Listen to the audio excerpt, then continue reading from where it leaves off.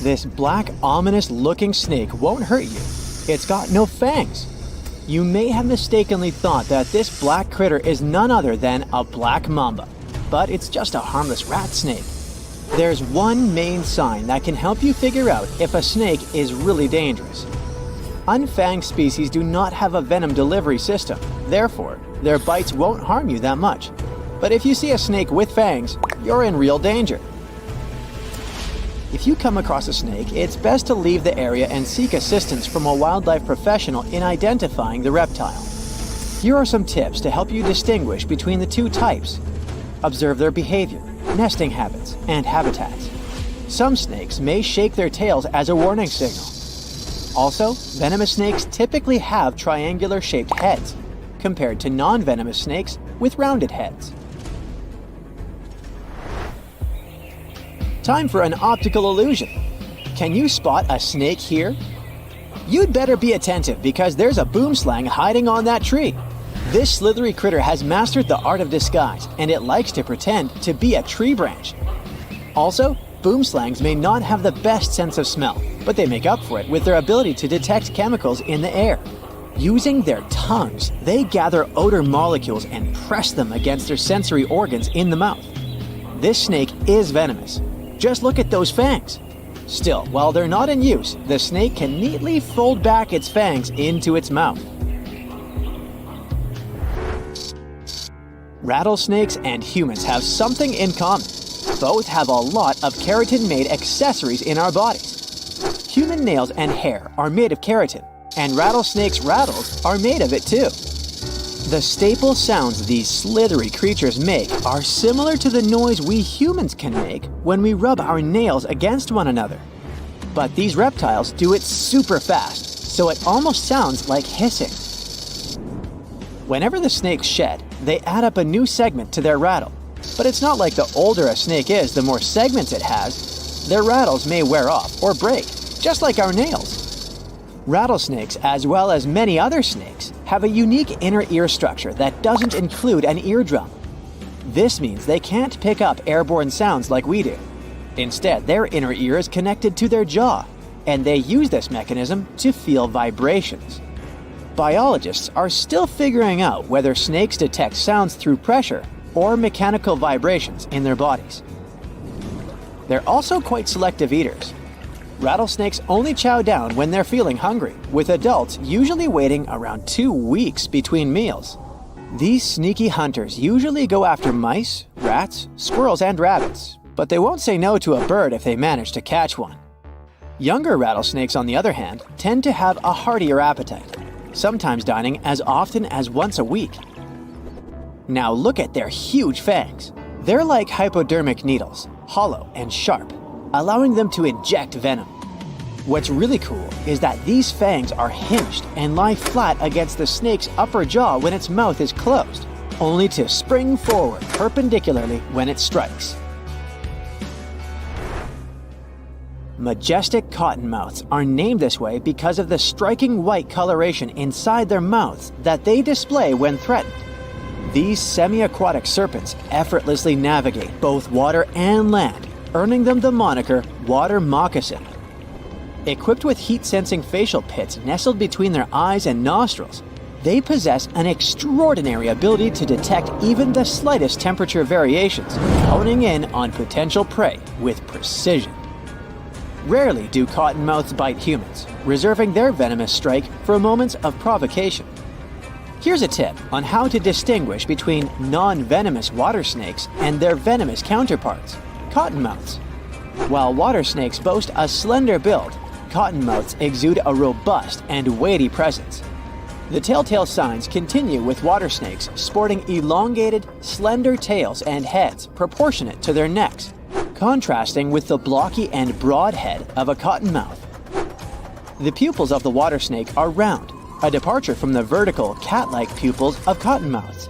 Plus, non-venomous snakes don't have the distinctive facial pits characteristic of pit vipers, like cottonmouths. Here's another venomous star, the copperhead snake. Their musk smells just like cucumbers. Their venom is pretty particular too. Will you be in trouble if this snake bites you? Totally. Does it help cure lethal conditions?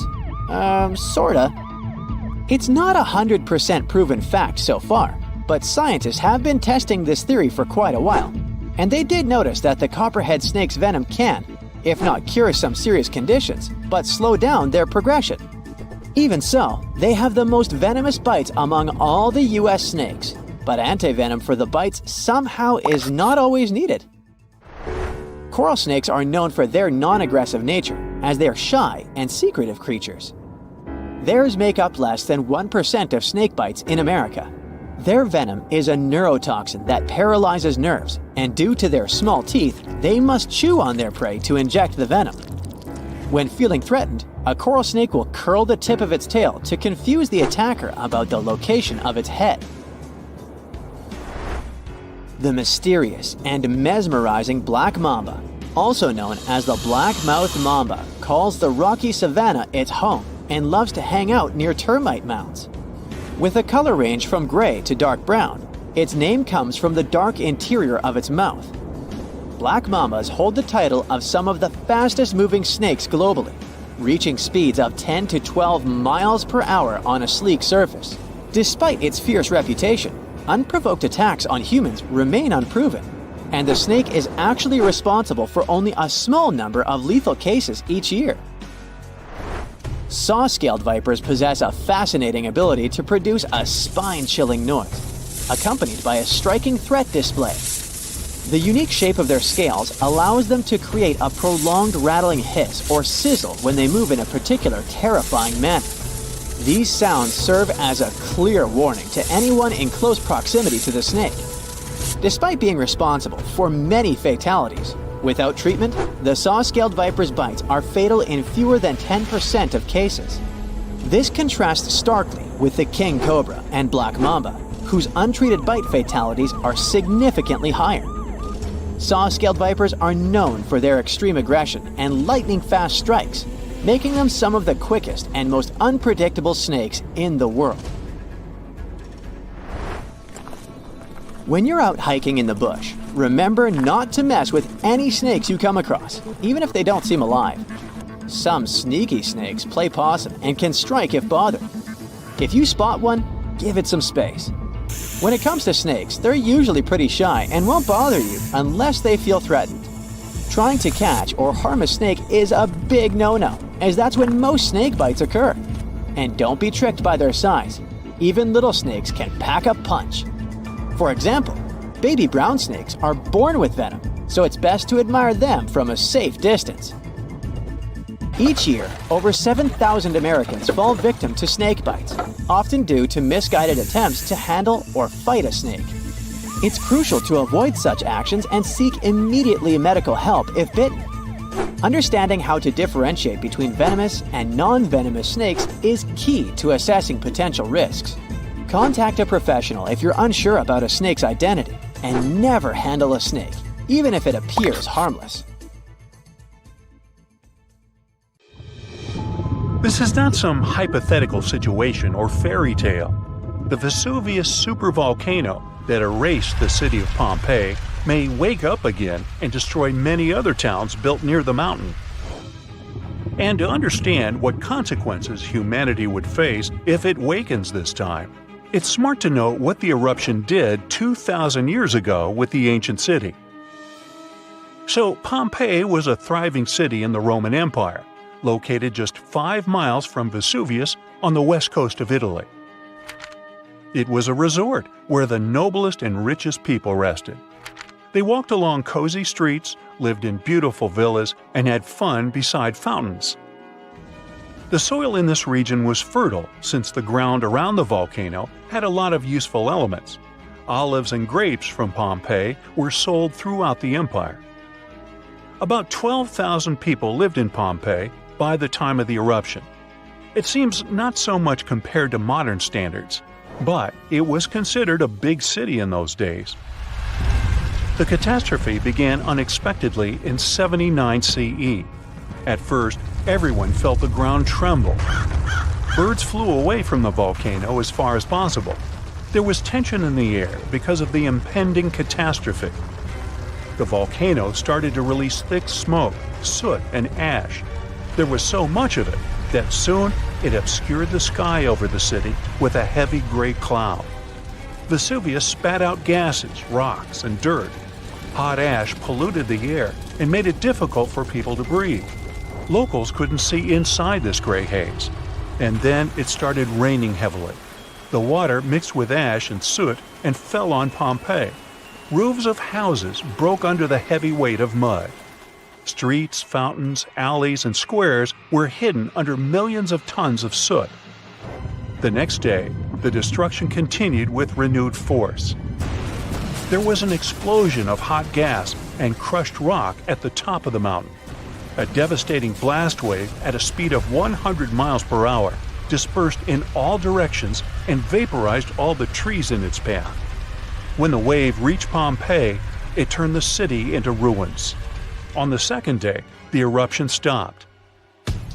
By this time, the great town had been lying under a thick blanket of ash. By the way, this type of eruption is called an explosive one. But when lava flows out of a volcano and causes a fire, this is a quiet eruption. The last time Vesuvius erupted was in 1944, but even today, it's still one of the most dangerous volcanoes in the world. But nobody's afraid of it. 3 million people live around the mountain, about 20 miles from the crater. If the volcano wakes up, it could be one of the most enormous cataclysms in the modern world. Pompeii was destroyed almost 2,000 years ago. Since then, science and technology have advanced a lot. We're planning to colonize Mars someday. We've created a metaverse, but so far, we're still powerless before the forces of nature. An erupting supervolcano can destroy nature around it and cause technogenic catastrophes in big cities. The phone lines would be overloaded and people wouldn't be able to call their loved ones or the rescue services. There would be big traffic jams on the roads. Panic would spread throughout the streets. Fires would start because of falling hot soot. All flights would be canceled, and locals would have to hide in airports, supermarkets, and the subway. A large gray cloud would obscure the sun and make the air hot. The only thing that can help us in such a situation is a preliminary warning about the upcoming eruption and good preparation. So if the disaster starts while walking on the streets, you should take shelter in a car or building. It's better to buy a dust mask in advance that allows you to breathe freely. If there's no mask, cover your nose and mouth with any cloth. If you stay at home, close all doors and windows so volcanic ash can't get into your apartment or home. These incandescent particles can easily set fire to a carpet or curtains. Put wet towels under the door sills. If you need to go outside for some reason, wear a suit covering your body completely. Don't forget about the protection for your eyes. Put on special glasses that have a dust-proof function, and remember about the mask. If you have a house, you need to disconnect the downpipes from the gutters to avoid clogging the drains. If your house has a rainwater collection system, you need to disconnect the pipes from the tank. Rain with ashes is a hot, dense mess that can easily break the water supply system. Fill the tub and sink to have water for washing and cleaning in case the central water supply is turned off. Set the lowest temperature on the fridge and freezer. Your food will be stored much longer if electricity is shut down in the city. Go to a room without windows above ground level and wait for a message from authorities on the radio or TV. Keep the receiver close to you so you don't miss anything important. The device must have a full charge, a strong body, and a powerful antenna. Here's an excellent option for survival in the ash apocalypse. The eruption is intensifying, and you hear on the radio about the evacuation. At this point, you need to calm down and follow the instructions from rescuers. Collect a bag at home with food, water, and medical supplies. Your emergency kit should include flares, maps, a first aid kit, sleeping bags, flashlights, a fire extinguisher, a portable phone charger, car tools, and a few charged batteries. You should always have a filled gasoline canister if you live near an active volcano. Going to the gas station is not a good idea during the evacuation. You can get into a long traffic jam and spend too much time in it. If you don't have a car, ask your friends for help or pay someone for a ride. It's possible the city administration would organize buses for evacuation. You would find out about it through the radio. In any case, before leaving the house, don't forget to turn off the gas and electrical devices and shut off the valve with the water supply to prevent your home from a gas leak or flooding. So, you're driving a car. The authorities must announce the plans for evacuation. Don't go off the route because some roads can be blocked. Perhaps they will say the eruption is over and you can return home. Maybe the eruption will be so strong that it will destroy the city. Anyway, if you're prepared, you'll have fewer things to worry about. Modern seismic sensors monitor the fluctuations of tectonic plates and the volcano's activity, so the eruption won't be a surprise. Pompeii is far from the only city destroyed by the eruption. In 1785, a similar disaster occurred in the Japanese town of Aogoshima. It was located right in the crater of an active volcano, and one day it woke up. It was sunny weather, and no one suspected a disaster was coming. At some point, the birds rose in the air and flew away. Then the ground began to shake. A heavy low sound came from the depths of the island, and thick streams of smoke and ash erupted from the volcano. The volcano threw dirt and big red-hot stones into the sky. It looked like a meteor shower. People evacuated, and the mountain continued to erupt for several weeks. When the ashes settled, the volcano fell asleep again, and people began to return to their city. Despite the risk of a new eruption, they continue to live and work there today. Since then, more than 200 years have passed, and the volcano never woke up. Meteorological and seismological services monitor the situation and seismic activity. After all the horrors and devastation that a volcanic eruption leads to, harmony in nature eventually comes. Decades and centuries later, volcanic ash, rich in helpful food elements, settles on the soil and makes it fertile. Then life will rise from the ashes like a phoenix. You're driving around with your friend Annie in the wild Australian outback. The sun is scorching hot, but you see a mob of cute kangaroos hopping around. You stop the car and you get out to film them with your friends. You even go live to impress your friends and followers. Suddenly, one of the kangaroos leaps towards you at full velocity, ready to swing. Alright, let's freeze right here for a second before you or your friend get hurt. Kangaroos have extremely powerful legs and can jump around 30 feet in the air. Those strong legs can let them hop at speeds of up to 30 miles per hour, faster than any average human. So if you're thinking of outrunning a mob of angry kangaroos or a single kangaroo, then don't. They'll chase after you and knock you down before you even reach your top speed. Their tails are strong and sometimes act like a fifth limb when they're grazing in a field. Kangaroos generally eat grass like cows, but also feast on shrubs, moss, and even fungi. Their tails are essential for keeping balance. They can stand as tall as 6 feet, with their tail making up half of that. Back to you guys. The kangaroo is only a few feet away from you. The first thing you have to do is protect your body. Turn it sideways and extend your arm out. Make sure your head is out of reach.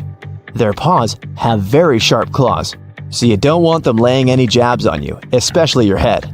They kick with both feet, which means they rest their body on their tails and extend both legs to push kick their aggressors, aka Annie and you. Their feet are huge, which makes them even more dangerous. Well, time is still frozen, so you and Annie get into position and are ready for the kangaroo attack. And action! The kangaroo stands face to face with you like a boxer in a ring. It moves closer, but you're in the correct position to reduce damage from your end as much as you can. Even though you know how to defend yourself, facing off with a 6-foot kangaroo isn't the best idea. The best you can do is slowly back away without startling it. Don't turn your back on it, you might get a surprise attack. If backing up doesn't help, Let it know it's won this battle. Don't return any eye contact if you can. Cower yourself. You might have missed some warning signs while observing them from afar. The kangaroos weren't stomping their feet because they were excited to see you. They were telling you not to come any closer. When one of them hopped over to you, it stood high on its legs and flexed its muscles to show dominance. The biggest fail of all is that you pulled over while they were grazing peacefully. They thought of you as a threat and went into defensive mode. The mob has several joeys, or baby kangaroos, sticking their heads out of their mother's pouches. Female kangaroos have a pouch on their belly made of a fold of skin to house the babies. When they're first born, they're only the size of a grape, but then blossom to the giants that they are. Only after 10 months, joeys are old enough to move out of mom's pouch and hop on their own. So, you and Annie survived that confrontation for now. But what happens when you're face to face with a 40-foot kangaroo? I'm just kidding, we're keeping it real here. It would be super difficult to face off with a grizzly bear. The first thing you would need to know about grizzlies is that they're very cute when they're berry picking, or just scratching their backs on tree bark.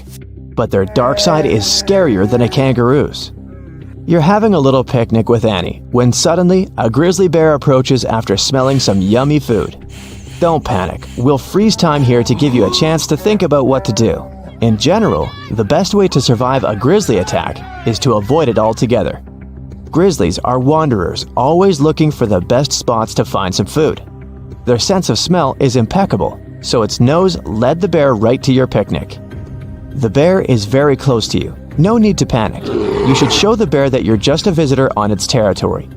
Back away slowly while speaking in a low and calm tone. It needs to know that you're submitting to it, as it's the dominant creature in this encounter.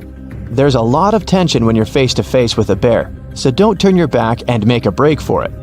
That will only let the bear chase you down, and you won't win in that race. They're faster than humans and can swim and climb trees, so unless you sprout some wings and fly away, do not try to outrun a grizzly bear. Next, you should avoid eye contact. Just like the cute and cuddly kangaroos, bears take it very seriously and watch your every move. They also consider direct eye contact as a sign of aggression, as if you want to challenge them. Grizzlies also like to play a game of chicken. They wait to see your moves and can even fake a charge to see how you're going to react. Either way, you have to stand your ground. If the bear lowers its head and protrudes its neck towards you, then it knows that it wants to charge right at you. Since we froze time for now, we can't know for sure what its next move is going to be. Let's jump back into action to see what it'll do, because you'll have to plan your next move depending on the bear's move. And action! The grizzly bear isn't showing any signs of aggression so far. It's just curious about the setting. Remember your training, no eye contact. Okay, the bear is showing some signs of aggression now, which means it could potentially attack you. Stand your ground, it's getting closer. The best thing to do in this scenario is to completely submit to it by laying face down on the ground, covering your head with your arms. Don't move. The bear might understand that you're submitting to it and walk away. Sometimes bears will stick around for a while before leaving you alone.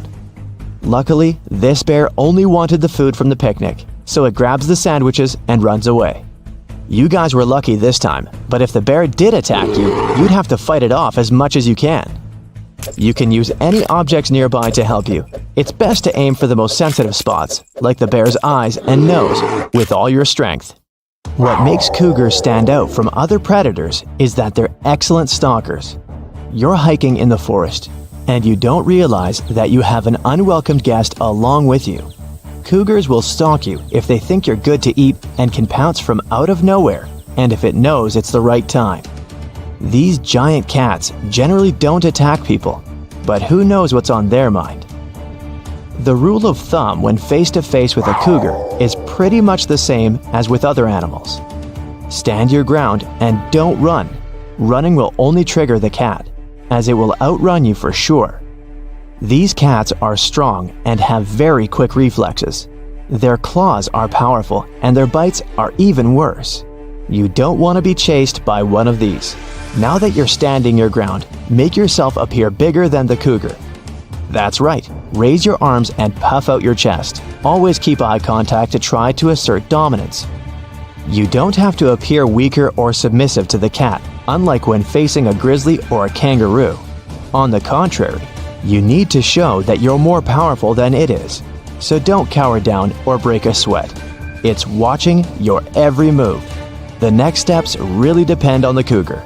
Let's resume, shall we? Okay, it's showing signs of aggressive behavior. It's a tough kitty, and it doesn't want to lose this game. If appearing tall doesn't do anything, then try waving your arms around and shout from the top of your lungs. If you can throw some rocks at it to scare it off, then it would be another plus for you. The kitty looks like it wants to attack. No matter what, stand your ground. After a while, the cougar submits and runs away. You won this encounter. Now, just because you got away with this doesn't mean you're good in the future. If the cougar did attack you, then your only option would be to fight back. Find some objects nearby to help you, and don't give up.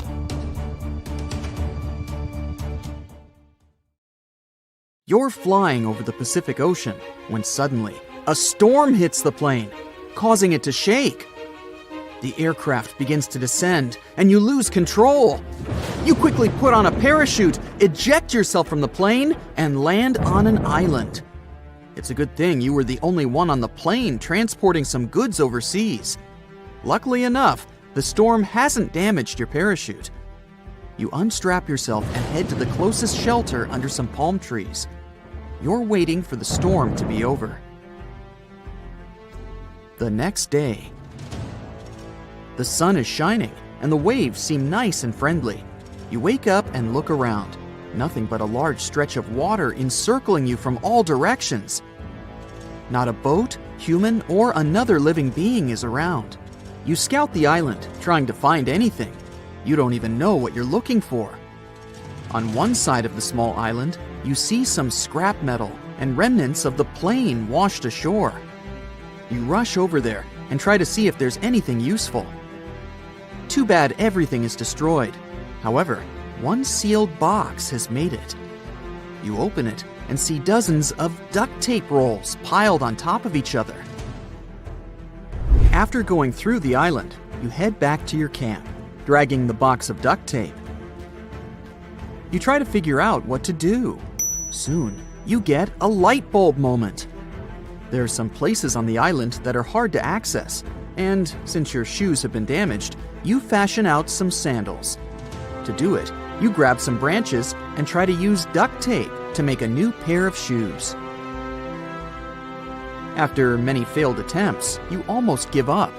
But then, you attach some duct tape to pieces of tree bark that are roughly the size of your foot. Those are going to be the soles of your new shoes. The duct tape is smooth and won't hurt your feet. After adding several branches, you wrap the duct tape around your feet, and voila! You have duct tape sandals. Now you can venture into the rocky parts of the island without damaging your feet. As you walk along the island, you start feeling the heat. You wrap your shirt around your head, but it's not enough to protect you. You use some duct tape to create a hat with the help of leaves. Then you place it on your head. You're now safe to go. After a while, you bring back some stuff you found around the island. By this time, you've started to feel that your tummy is rumbling. Next, at a rocky reef, you spot some large, yummy crabs and fish, but you can't catch them with your bare hands. You grab a long branch, take some palm tree leaves, and tie everything together to make a net. You then use the duct tape to reinforce it and head to the reef. You're wearing your makeshift sandals and the hat to protect your head and carrying the net to catch some fish. So far, you've only used 2 rolls of duct tape. After a while, you manage to catch some fish and crabs and take them back to the camp. You make a fire and start grilling your catch. You're sitting on a log, but such a seat isn't too comfortable. You take some duct tape and make a mat for yourself. Once the food is ready, you feast on it. Now another problem: water. There's no fresh water around, but a storm is coming. Meanwhile, you take some coconuts and eat dessert while drinking coconut milk to freshen up. You prepare a small hut by gathering branches and leaves and duct taping them together so that water can't seep into your new home. At the same time, you create a funnel out of duct tape to collect rainwater. After getting into the funnel, the water is collected in a makeshift pond, also made out of duct tape. At this point, you've used almost half of the duct tape rolls. The storm starts brewing, and you stay inside your hut, where you have your new floor mat. You're bored, so you create a chair and table out of duct tape to make the hut a little comfier. It starts raining, and you notice that some water has gathered in the reservoir you built. You immediately drink it, using a coconut shell as a glass. Your hut manages to withstand the storm, and you catch some Z's on your comfy mat. The next day, you check the duct tape supply and see that you are now halfway to finishing your last roll of tape. You've made a secured and solid hut and have a steady food supply from the reef. You've already spent 5 days on the island, so now it's time to find a way out. You've tried your best to seek help, but nothing. Not a plane or ship in sight. You're desperate to get out, and you're lucky. You spot a cargo ship very far off in the distance. You need to act quickly. After reviewing your box of duct tape, you decide to create a raft to sail away. You gather enough food and water for the journey and get to work.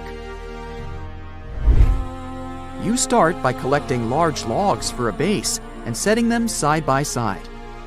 You have some rope made from tree bark and leaves to tie the logs together.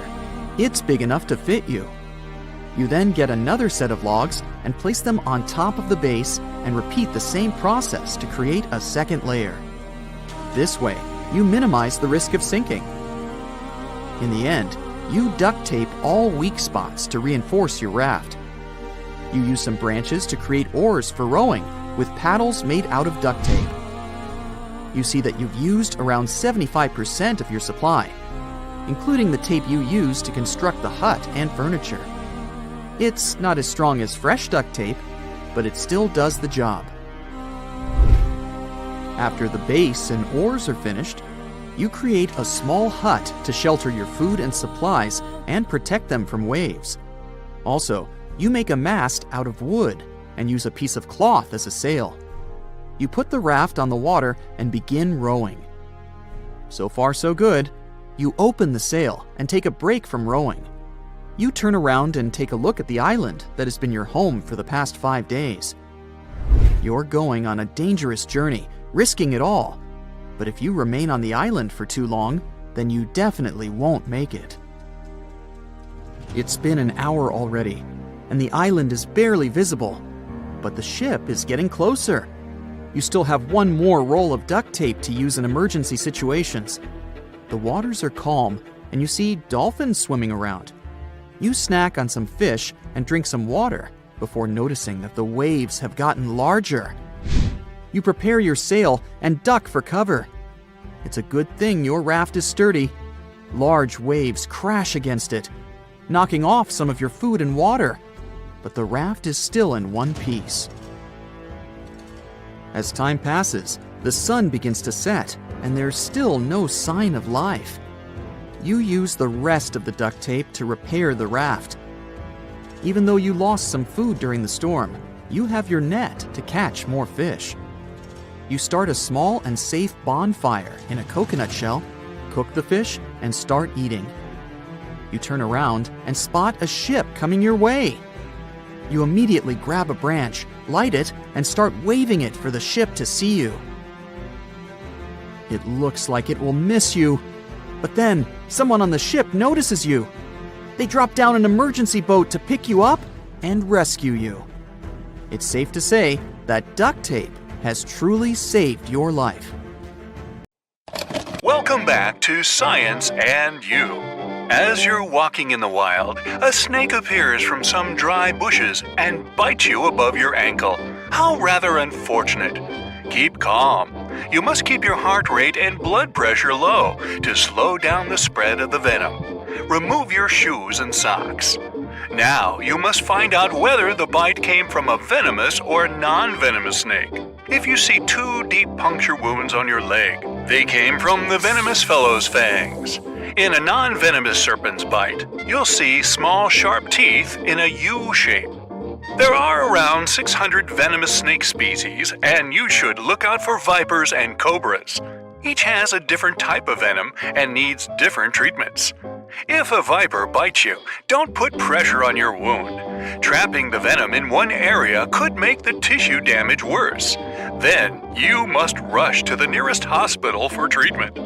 If a cobra bites someone, you must tie the area with a bandage to stop the venom from going further into their system. Keep an eye on the fella that was bitten to make sure they're breathing. Yes, cobra venom can paralyze the diaphragm. Don't suck out the venom. It travels so fast into someone's system, you'll achieve nothing. Take a good look at the snake, and if you can, snap a few photos of it to show the medical staff. Try to have good picture composition. Moving on from snakes to allergies. Most people respond to allergens with a runny nose or some sneezing, but others have far more complicated responses. An itchy rash may be a sign of an allergic reaction. It might look like dermatitis, and it can show up a week after your exposure to an allergen. There was a rare case a few years ago. Someone got braces for the first time, and after a week, they developed an itchy rash under their wristwatch and stomach. As it turned out, they were allergic to the nickel in braces. If you get blisters on your skin after sitting in the sun for 1 to 2 hours, it's probably not sunburn, but an allergic reaction. You may also have some skin redness, tiny raised bumps, and scaling. When that happens, go to the emergency room fast. Experts will run tests and give you advice on how to continue from there. Sometimes different medications might cause it too, or fruits such as limes and parsnips can. If you're allergic to pollen, stay away from fruits and veggies. Some of them have proteins like the ones found in pollen, and your immune system responds to it as real pollen.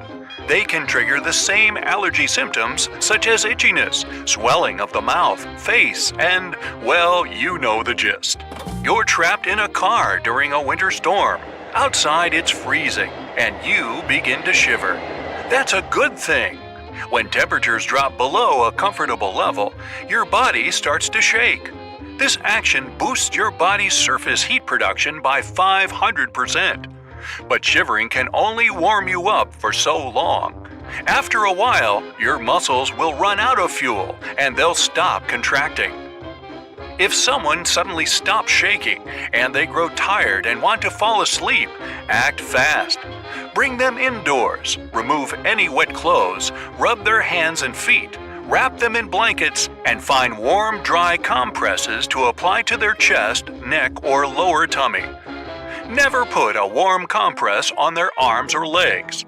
The sudden heat will force cold blood back to the heart, brains, and lungs, causing the body's core temperature to drop.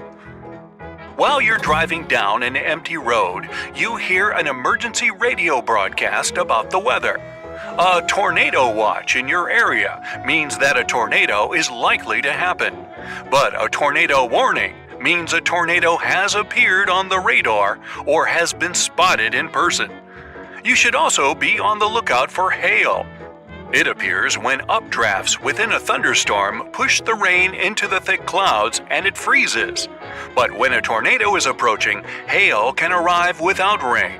Then everything gets quiet. The air becomes still and there's no wind. Suddenly, you'll see the clouds moving quickly in a rotating pattern or toward the sky. You'll hear a loud waterfall sound that will turn into a roar as the tornado gets close. It'll be similar to the sound of trains and jets. Debris will begin to fall, and a funnel-shaped cloud will start to rotate, pulling branches and leaves upwards.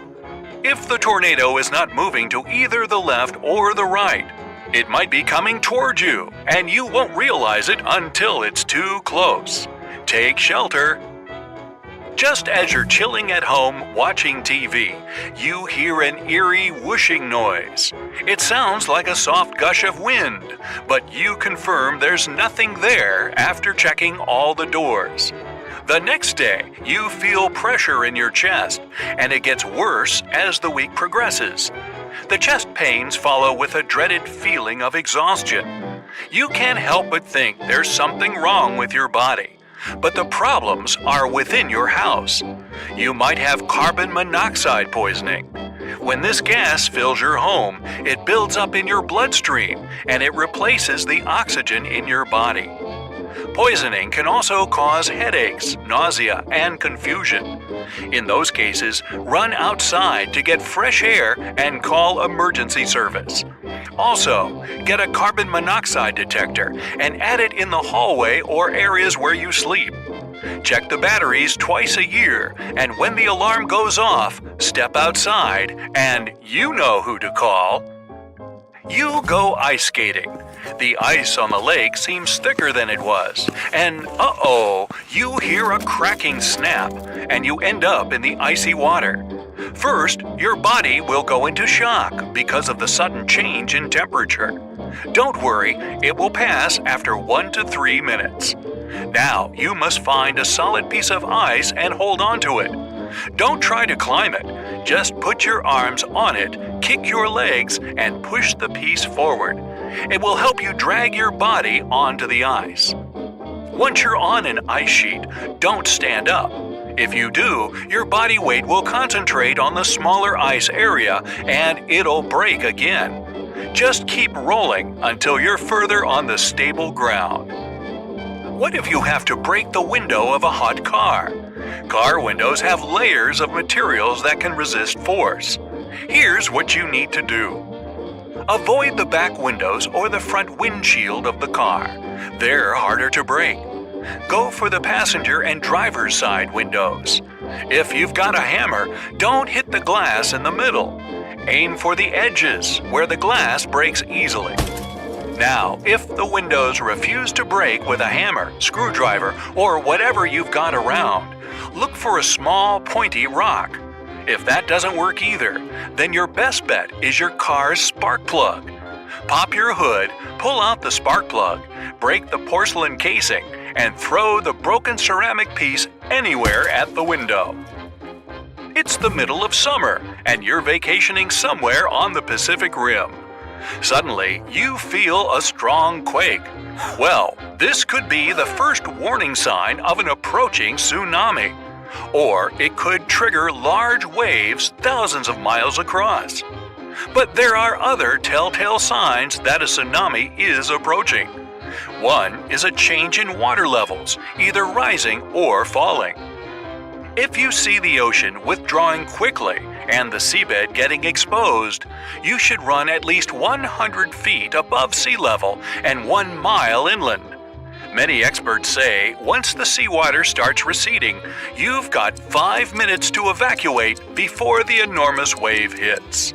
Remember, it's all about science and you. You're hiking the Point Reyes National Seashore, and you bump into a mountain lion. Stay calm. You need to show it that you're not scared. Shout loudly at the lion. Wave your arms. If that doesn't work, start throwing rocks, branches, or anything else you can get your hands on. Aim at the ground in front of the lion. Never throw anything directly at it. That will only make it angrier. If the lion is getting closer, protect your most vulnerable spots. It will aim for the neck and try to grab your arms, so tilt your head forward and protect your neck. And don't make sweeping arm movements. When the lion realizes that you're not an easy opponent, it will probably back off and run away. You're in Yellowstone. Here you have to come face to face with the grizzly bear. It's drinking water from a creek. A safe distance is 200 feet. The grizzly has spotted you. It stands on its hind legs and looks in your direction.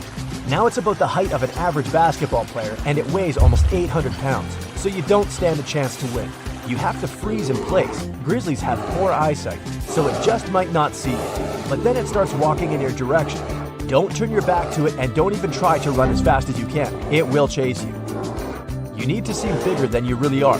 Wave your arms and spread your legs a little wider. Always talk and shout at the bear. It will understand that you're not a humble deer. Try to make a clanking sound of metal. If you have food with you, don't throw it at the bear. Just put it on the ground and keep backing away while facing the bear.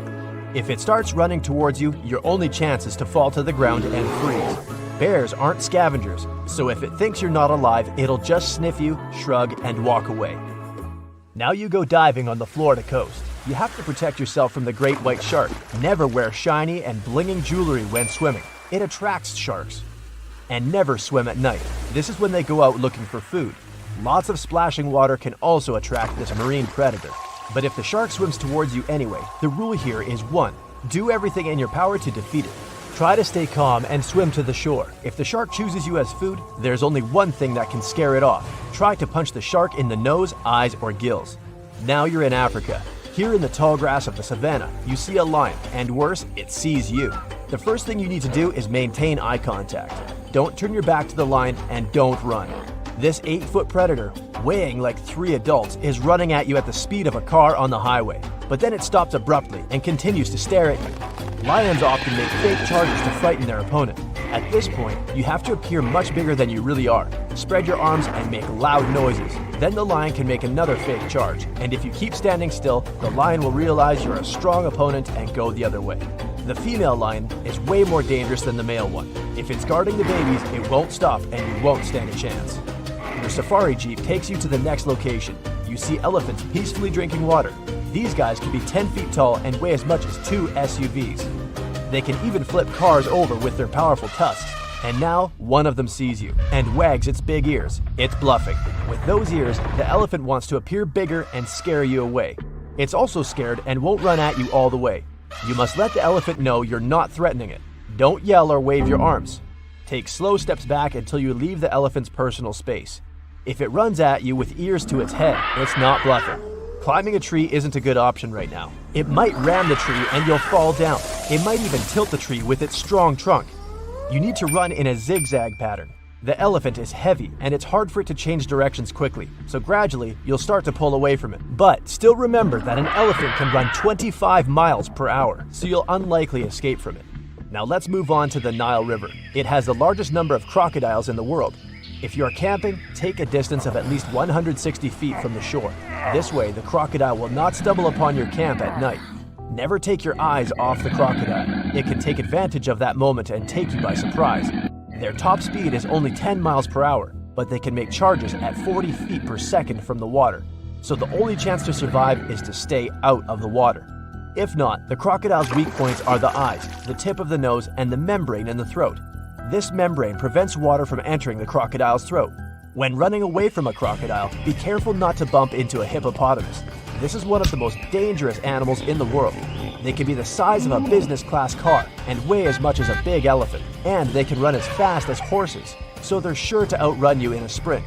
The main thing is to not frighten it. If you're standing far away, get its attention with a loud sound. Usually they will try to get away from you. Use this moment to back away too. But if you see a hippo yawning, it's a sign that you're violating its comfort zone.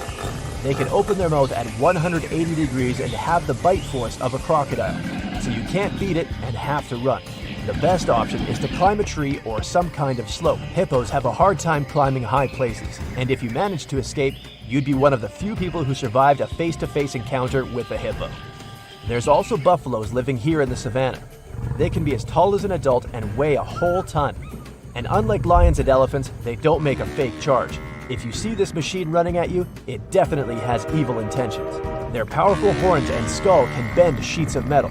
They can turn a new car into a pile of scrap metal. You can never outrun a buffalo, so your only option is to find the nearest tree and run to it before the buffalo even starts its charge. If you run into a snake, you need to freeze in place. There are endless species of snake, and you don't know if your opponent is venomous or not. So you definitely need to avoid getting bitten. Make smooth and slow backward movements. If the snake is following you, stop and start stomping your feet. The strong vibrations of the ground should scare it away. If the snake bit you anyway, try to remember exactly what it looked like. Better yet, take a picture of it. To neutralize the venom, you need to take an antidote to the specific venom of that species of snake. You're on your way to Northeast Asia. As you're going through the dense jungle, you see a clearing. Several wild boars are peacefully grazing there. One of them is a female with several children. It'll do anything to protect them, so it's especially aggressive now. Oops, it spotted you. Get ready to defend yourself. If the wild boar is making high-pitched, piercing cries, it's going to strike you. The first thing you need to do is to stay calm and stand still. You have a good chance that the boar will go on its way, but you see it starting to run. And now you have several options. A, you can run away. B, you can face the blow. And C, climb the nearest tree. The first option is wrong. Wild boars can run almost as fast as Usain Bolt, and when it catches up to you, its sharp tusks won't leave you a chance. Option B, stay where you are. Wrong. A wild boar can weigh as much as a motorcycle and be almost as long as an adult. A hit at 25 miles per hour will just knock you down. So the correct option is to climb the nearest tree. If there's no trees, then climb a car or a tall rock. You have to be in a higher position than the boar. When it realizes it can't reach you, it'll leave you alone. The most important thing is to stay away from wild boars. Never try to feed them or provoke them. Now, if you're falling from a great height, try to copy a skydiver's position. Your head and chest should face down. Spread your arms and legs and bend them at a 90-degree angle. If possible, choose a place to land. Bushes or haystacks can cushion your fall. Water surface is only safe if you fall from a height of no more than 150 feet. Before landing, try to position your body vertically. Remember that it's always better to fall forward than backward. Protect your head and neck with your arms locked together. Actually, none of this will save you, but it will give you something to do before they name the crater after you. Now, if you're plummeting from a cliff, do your best to break your fall down into several parts. The shorter they are, the better. Each of these parts will absorb some impact of the fall. This way you'll have much higher chances of surviving. Try to grab onto a sturdy object, like a bush or a rock on your way to the bottom. It'll slow you down. If you see a piece of wood or a plank, snatch it too. It might help to soften your fall when you hit the ground. Most importantly, don't hold your body stiff. This is likely to harm your internal organs. Cover your head and try to land on your feet with your knees slightly bent. In fact, once you hit, everything about you will be slightly bent. But hey, you gotta try. If a building you're in collapsed and you ended up under a pile of debris and rubble, try to keep your panic at bay. Yeah. Your main task now is to protect your breathing organs and make your air supply last as long as possible. If there's enough space, take off your shirt or t-shirt and tie its bottom in a knot. Then put it back on your head through the neck hole so that the knot is on top of your head. You'll get a makeshift hood that will protect your face from dust, sand, and debris. It will also provide you with a bit of oxygen while you're trying to get back to the surface. If you're stuck in a falling elevator, lie down on your back and try to occupy as much space as possible. Your body fat and muscles are compressible. They'll absorb some of the impact force. If you can't lie down, sit on the floor. It's still better than standing.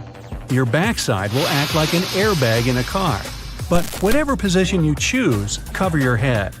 The best way to do it is to put one arm in front of your face and the other on the back of your neck. If you get stuck in the wilderness, first of all, find some water. Check low-lying areas. If there are mountains, look for water at the foot of the cliffs. If you manage to find some rainwater, don't let it stay in the container too long. It may go bad. Pay attention to ants climbing trees. They're likely to be traveling toward a source of moisture inside a tree. A bottle of water can help you start a fire if you keep it under direct sunlight long enough. The bottle will act as a lens, gathering all the heat in one spot. Use fire and smoke to signal for help. Cover the flames with a big branch or with a pan for 3 to 4 seconds. This will gather enough smoke. Then let this puff of smoke go. Now, if you've fallen through the ice, try to get back to its edge. Don't pull yourself out by grabbing it. The edge will keep breaking, and this will wear you down in no time. Kick your legs until your body is positioned horizontally in the water. After that, get out of the water and onto the ice. Once you've made it there, don't stand up. Your weight should be distributed over a larger area. Then the ice will be less likely to break. Start rolling toward the shore like seals do. If you have a muscle cramp while swimming, try to turn on your back and float this way. Massage the bottom of your foot or the part of your leg that feels tight. If you have a cramp in the back of your leg, bend it at the knee and pull it toward your chest. You should be still floating on your back. Try to relieve the cramp by pulling your toes inward. If you get caught in an indoor fire, stay low and crawl toward the nearest exit. The smoke usually rises toward the ceiling. That's why crouching might keep you from inhaling it. If you have a piece of cloth or a handkerchief, put it against your mouth. It'll act like a filter against the smoke. Fall to the ground and roll back and forth if your clothes have caught fire. If you do have a fire extinguisher, aim it at the base of the flames. It's much more effective. And keep in mind that if you break a window, you'll let in more oxygen, and this will feed the fire. And here's what you should do to stay safe during a natural disaster. If you see the area getting flooded while you're outside, run away from any streams, storm drains, or rivers. Try to get to higher ground. If you're stuck at home, move to the roof if you think it's safe enough. If a tornado is moving towards you and you don't have time to escape, find a ditch or some low place. Lie down and cover your head with your hands or clothes. If a tornado happens while you're inside and there's no basement in your house, hide in a bathtub. Use a pillow to protect your head from any kind of debris that may fall down. The plumbing in the bathroom walls adds structural strength to the place. But if your bathroom has windows or an exterior-facing wall, pick a more secure place, for example, a closet. The more walls separate you from the tornado, the better. If you're outside during a storm and you suddenly feel your hair stand on end, it's your cue lightning is about to strike. Your skin might start tingling, and you're likely to hear some clicking or buzzing sounds. Immediately crouch down and place your head between your knees. But even though you should be as low as possible, do not lie down. The only thing touching the ground should be the balls of your feet. Keep your heels together. This way, instead of running through your entire body, electricity is likely to go in one foot and out the other. You can also cover your ears with your hands to prevent hearing loss. If you're lost in the desert, travel during the early morning hours. This way, you'll be able to avoid most of the heat. If you see a hill or some other high ground, climb it and look around. You might spot some greenery, buildings, or a road. You won't have such an opportunity at night. Many desert animals also hunt after the sunset. And here's how you should act around wild animals. If a bull is charging at you, stand still until it comes close. Then throw a piece of clothing in the opposite direction. Bulls react to movements, and throwing a hat or a shirt away from you will distract the animal. It'll chase the moving object. If a shark is moving towards you, don't swim away in panic. You'll look like something the animal will want to eat. Wait until the shark gets closer and start hitting it with your fists. Aim at its eyes, nose, and gills. These are the only vulnerable areas on the animal's body. If you meet a pack of unfriendly dogs, distract them and move away quietly. If one of the dogs still lunges at you, place some object between yourself and the animal's jaws. Now, let's say you've accidentally disturbed a swarm of bees, and now they are coming after you. Run in a straight line as fast as possible until they stop chasing you. An even better alternative is to find some shelter.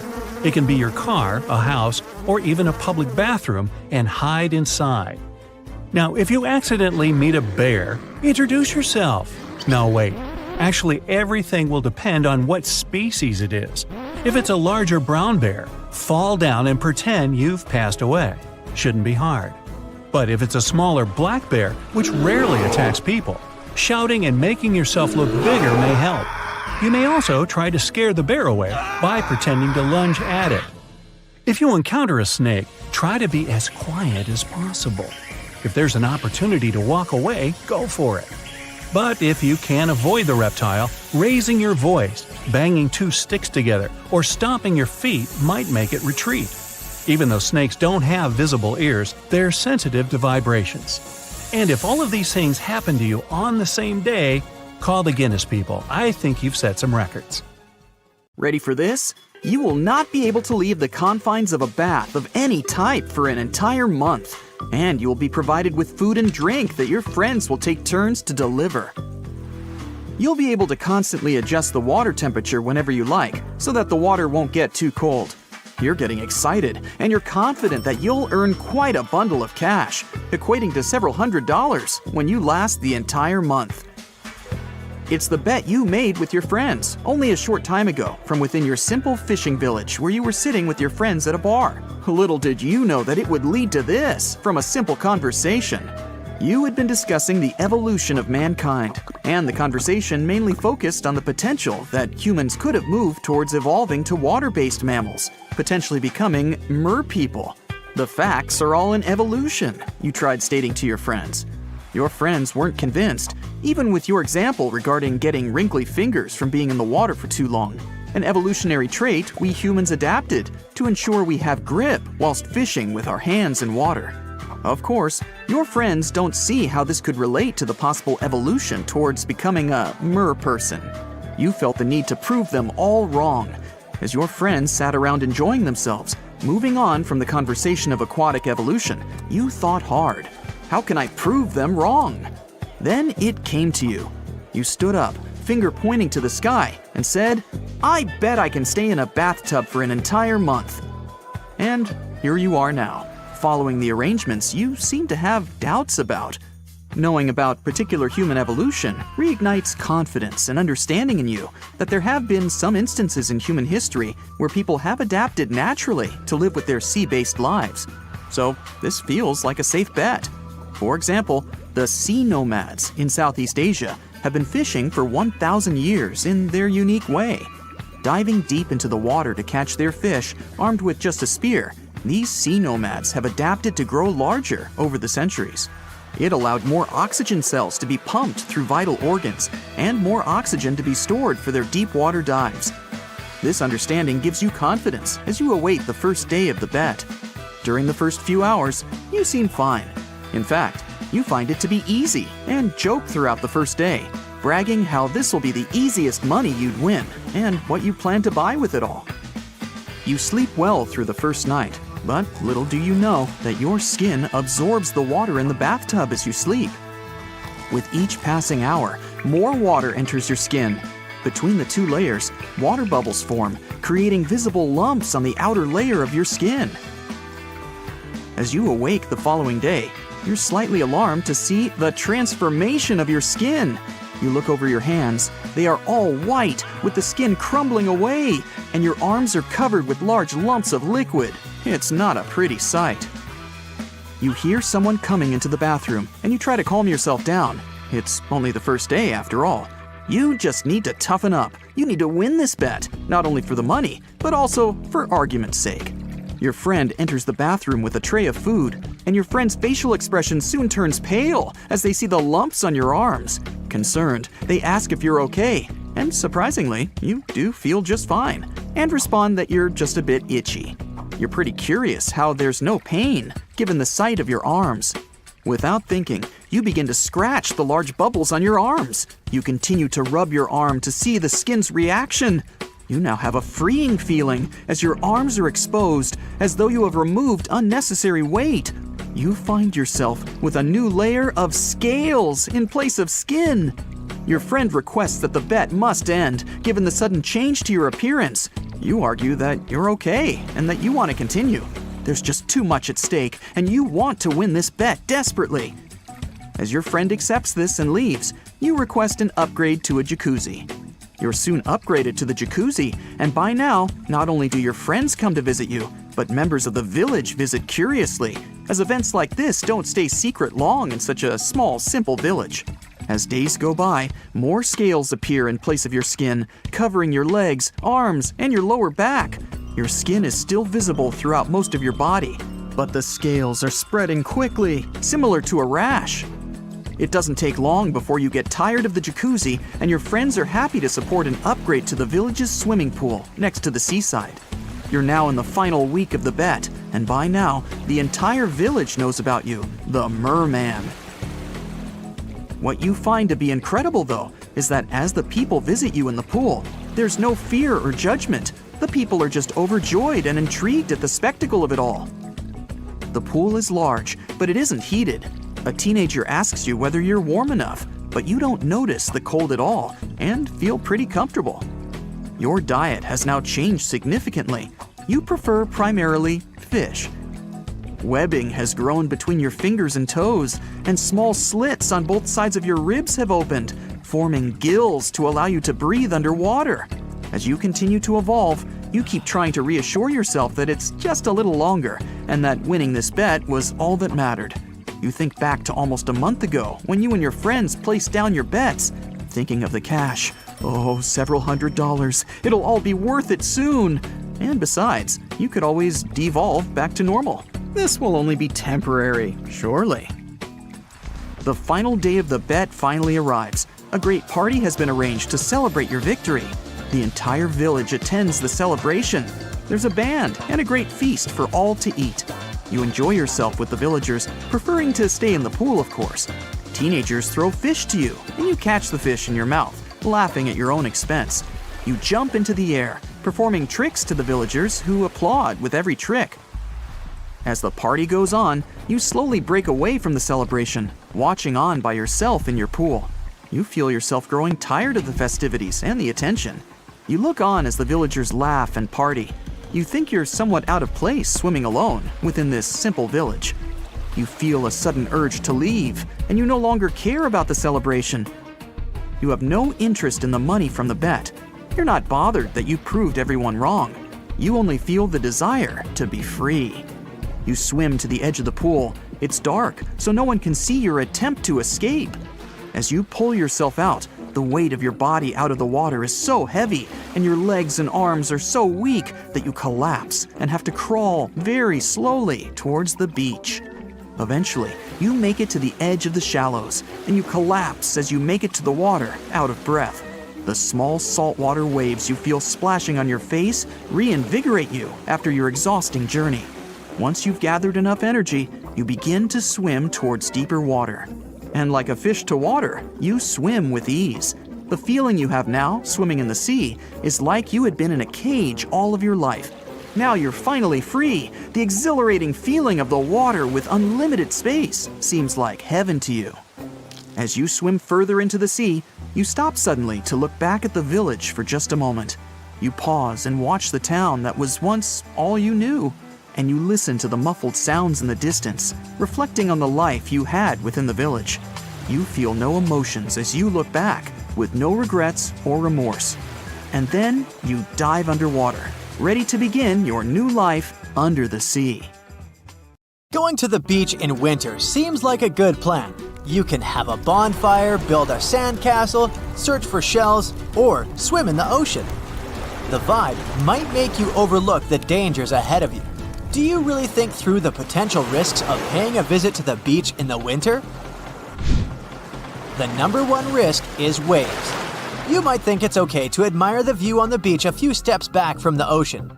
Now let me introduce you to sneakers. Not the chocolate bar, sneaker, or with another name, sleeper waves. These are oversized coastal waves. They catch people off guard because they occur without warning or trace. These waves are particularly seen in Oregon, United States. People have been injured and at least 17 people have been swept up into the ocean since 2000. It got more media attention in 2011 when a memorial statue was built honoring the two teens faced with sneaker waves in Oregon. So, how come these waves are so dangerous? It's about their nature. They come out of the blue. With big waves, you see them coming or growing big. Plus, they form in the ocean and come towards the beach. These waves appear near the shore. It leaves less time for you to run to a safer spot. Okay, most of the time, they're not huge, as would be seen in apocalyptic movies. Yet, you can never know what nature holds. Maybe you remember this example from Mavericks. In 2010, a crowd was watching the surfing competition. Suddenly, two large waves struck the people on the beach. It broke the seawall and injured more than 10 people. Sneaker waves don't look particularly larger than other waves until they break and quickly reach the beach. They form in a period of 10 to 20 minutes in between soft and regular-sized waves.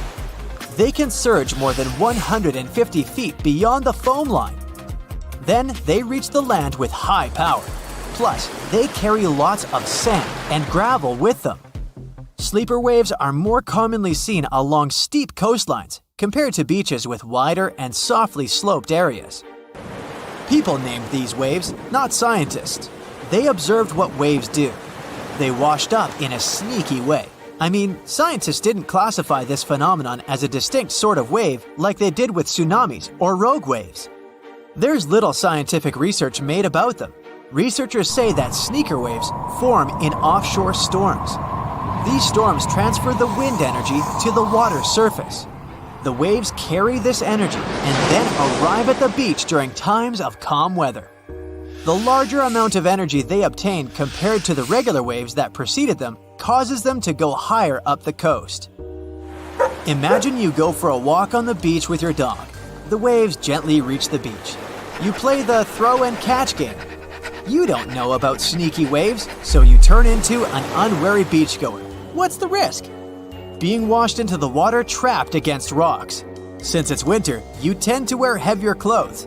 The sand that sneaker waves carry can quickly fill clothing and shoes, and that weighs you down. How can people enjoy the beach safely? First off, keep your distance if you're on the beach for storm watching, for instance. It might be mesmerizing to see how waves roll in over miles of ocean. The storms hit the shore, and you look at those extreme turbulent swells transform into strong 30-foot-long waves. Finding a higher spot that sees the ocean and waves might be best. Be the eagle, not the crab. Did Confucius say that?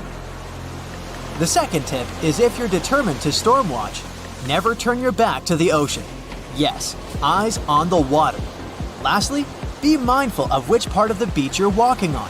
Stay away from the logs because they hold water. The water increases their weight. In the worst-case scenario, the ocean is powerful enough to roll the logs onto you. Let's assume you're hiking near the ocean. Use the designated trails because park authorities determined them as the safest roads possible. Going off-route can sound charming, but it can be dangerous for you and harmful to the ecosystem in the surrounding area. Now that you know where to walk, you can keep your eyes open about the geological stuff. Like the rocks can be slippery, erosion can rip them off. Yeah, it's better to avoid walking near bases of cliffs and bluffs. You'll never know when a natural phenomenon will occur. It might sound a little extreme, but you may want to check the tsunami evacuation routes of the area you're visiting. Tsunamis are hard to predict, but tides aren't. Tide tables are available online. This natural phenomenon looks harmless, yet it can isolate rocks from headlands and the shore.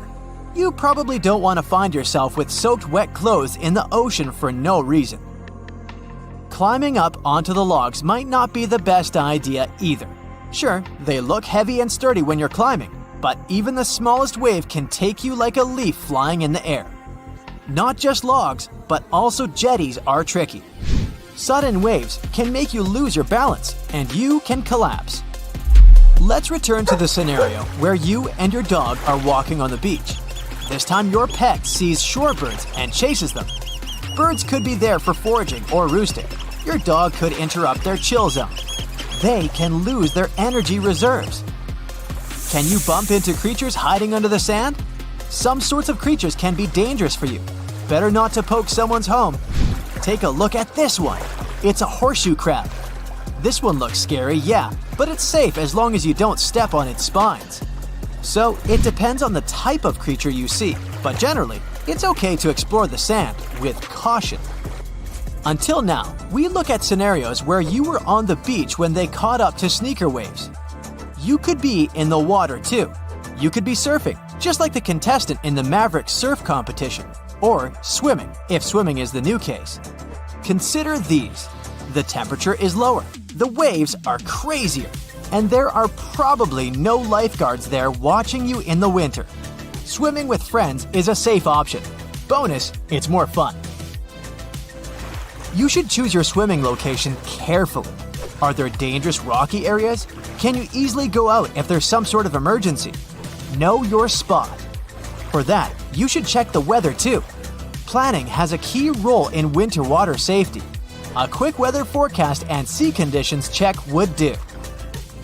You can consider buying a tow float if you're an adventurous open water swimmer. It's a flotation device designed to increase the swimmer's visibility in the water. They are lightweight and have fluorescent colors. Alternatively, you can wear a brightly colored swimming cap. We can talk more about the gear. Wearing a wetsuit is wise, as well as wetsuit gloves and boots. You can put your phone in a waterproof pouch or bag. Staying warm is essential in the winter. Don't just jump into the water at once. This can result in cold water shock. It's vital to enter the water slowly. In that way, your body can get used to the temperature. Once you take all the necessary precautions, you can enjoy the beach and explore its offers. What sort of gems can you find on the beach? A mermaid's purse? Maybe. No, it's not the purse of Ariel from Disney's Little Mermaid. That's actually an egg case belonging to sharks and rays. It's made out of keratin, kinda similar to your hair and fingernails. These purses are the place where the embryo grows. The egg hatches and the cases are carried away with the water to the beach. If you want to find one, you can look at the area near the seaweed. Have fun while searching for it! Now, I'm ending this video with a quick joke that's suitable for the cold weather of winter. What did the ocean say to the beach? Nothing. It just waved. You're up to your neck in cold water. There's ice all around you. You've got to get out! When you're swimming in freezing cold water, your body can get a bit of a shock. Your reflexes might make you want to gasp, but don't. Just do your best to keep your head above water. Throw off any heavy objects like boots, jackets, or backpacks. When you reach some ice, don't just try and jump out. It's not exactly a swimming pool. Try to get into a horizontal position and use your strong legs to swim onto the ice. Use your hands to pull you out. Once you're on the surface, roll away from the edge, then crawl, then walk. If you're venturing into the wild, you may want to get some stuff ready beforehand. Make your own fire starter at home. Heat up some water in a pan, put a Pyrex container in there, and melt some paraffin wax inside it. Then take an egg carton and put some dryer lint in each section. Fill them with paraffin. Wait till it's all solid and cut out each little section. Just one of these little guys will make starting a fire way easier. Dental floss can be super handy for surviving in the wild. You can use it as fishing line with a can tab as a hook, or you can use it as a clothesline. Just stretch it between two trees. It looks kind of flimsy, but a single strand can hold up to 5 pounds. It's also quite flammable, so if you're having trouble starting a fire, you can use a few feet of floss to start it up. You can make a seriously strong rope using a simple plastic bottle if you have a good pair of scissors. Cut off the neck of the bottle so it looks like a tall and narrow cup. Then, start cutting it like some people peel an orange, round and round in a spiral. Try to keep it the same thickness the whole time. It'll be a lot longer and stronger than you're expecting. You can use it to tie sticks together to make a hut, or you can wrap it around your backpack in case it rips or something. Sugar might be damaging for your teeth, but it's got a pretty sweet superpower. Just pour some on a piece of cloth and use it like a Band-Aid. Oh, delicious. Mosquitoes can be a real pain, and there are loads of them around. You can make your own DIY repellent to keep those little guys away. All you need is an orange, a lemon, or any other citrus fruit. They're full of essential oils that mosquitoes can't stand. Peel an orange and rub the peel directly on your skin. Just make sure to crumple it a bit beforehand to help those precious essential oils come out. Another good way to keep the mosquitoes at bay is to add a bit of orange peel to your campfire. That releases the essential oils into the air. You're getting hungry, but you don't have anything to start a fire with.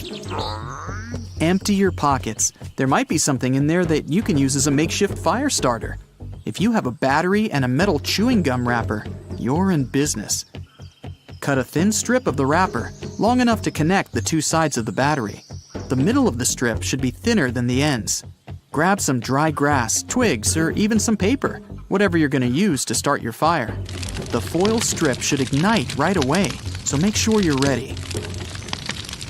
A human can go surprisingly long without food, but not water. Depends where you are, but a lot of the time, it might not be safe to drink. You can make a DIY water filter. Start with a fire. Boiling the water may not be enough, so as soon as those ashes are cool, grind them into a powder. Don't just use any ash you randomly found in the forest. It might have some melted plastic on it or something. Then, you need a plastic bottle. Cut off the bottom and poke a small hole in the cap.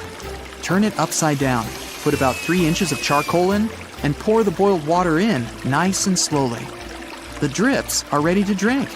If you're getting bits of ash in the water, wrap a piece of clean cloth around the cap for some extra filtration. A char cloth can come in handy if you're lost in the wild. To make it, you're going to need a metal container with a cover. Put a piece of cloth inside it and put the container into a fire for a few minutes. The cloth should end up getting a bit black around the edges, but still be intact. A char cloth catches fire super fast, even with an old school flint.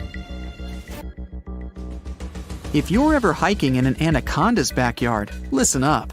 Stay away from shallow rivers because these giant snakes love to hang out there. If an anaconda decides to give you a little squeeze, don't exhale. Every time you do, the snake's gonna squeeze you a little bit tighter. Anacondas do have a weak spot though. They don't like their tail to be bitten. It's not exactly delicious, but it'll get the job done.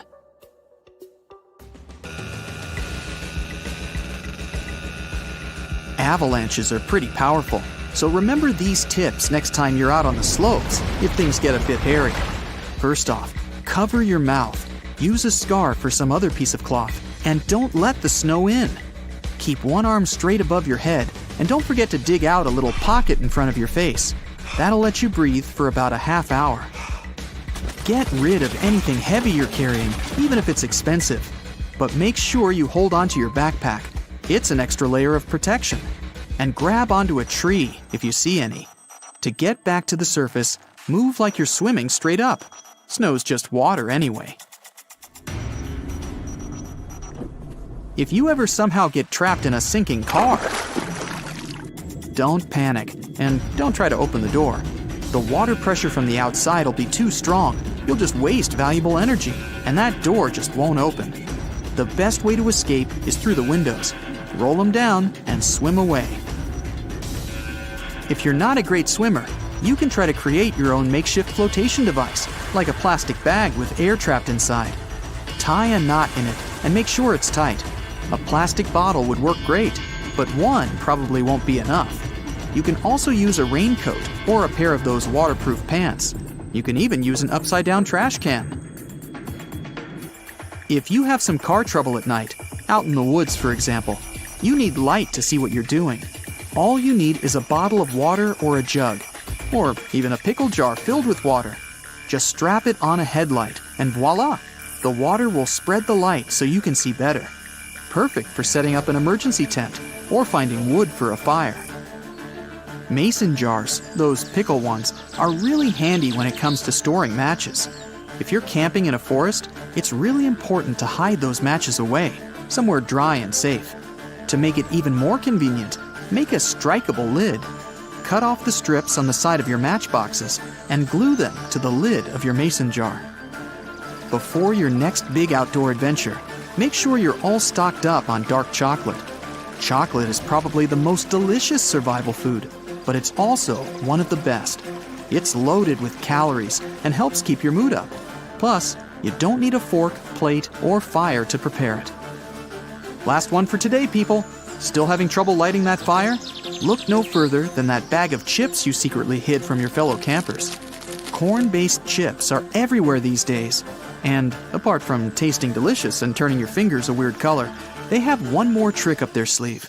You can use them to start a fire. These kind of chips are flammable, so make a little mound of chips and keep that dry wood handy. They'll light in seconds. Endless hot deserts seem lifeless at first glance. But among these sands, you can meet dangerous and sometimes creepy creatures. Some of them can only cause health problems, but some can stay in your memory forever. Let's get to know them, starting with dangerous ones and finishing with real nightmares. So, you're walking through a desert and see a big teddy bear with open hands. You understand that it's probably a mirage, but still, you come closer. You were right. It's not a plush toy, but a giant cactus. There's something strange about it. Thanks to some strange fluff, the branches resemble the arms of a teddy bear.